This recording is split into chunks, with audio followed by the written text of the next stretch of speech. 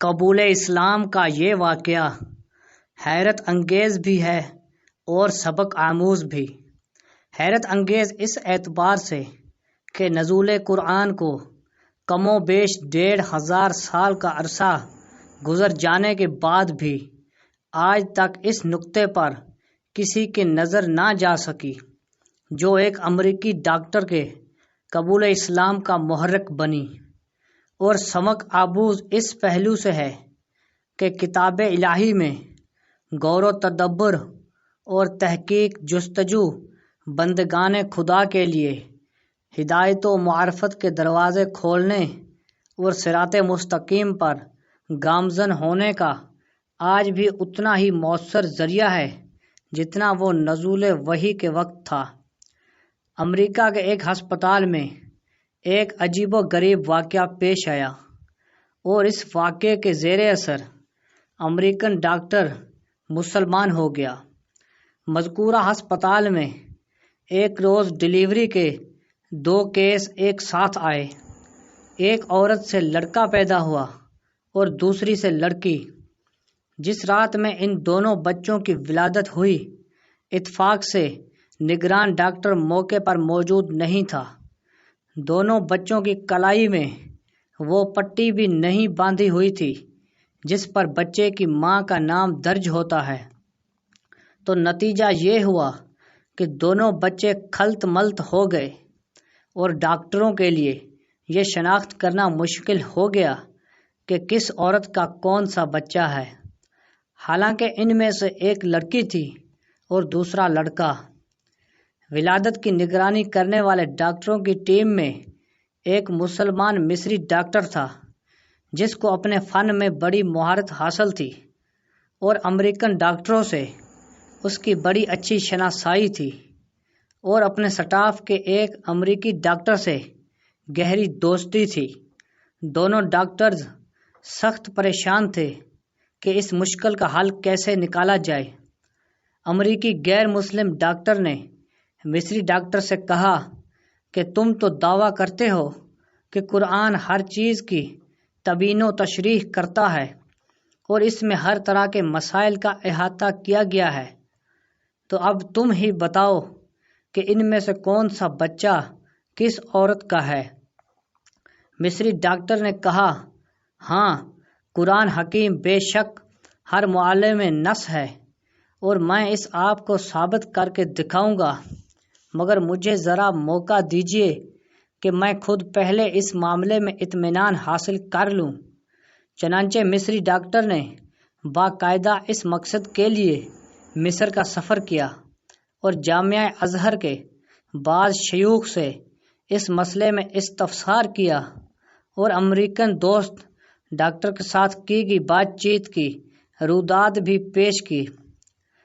ظاہری عالم نے جواب دیا کہ مجھے طبی معلومات و مسائل میں ادراک حاصل نہیں ہے، البتہ میں قرآن کی ایک آیت پڑھتا ہوں، آپ اس پر غور و فکر کریں، اللہ تعالیٰ نے چاہا تو آپ کو اس مسئلے کا حل اس میں مل جائے گا۔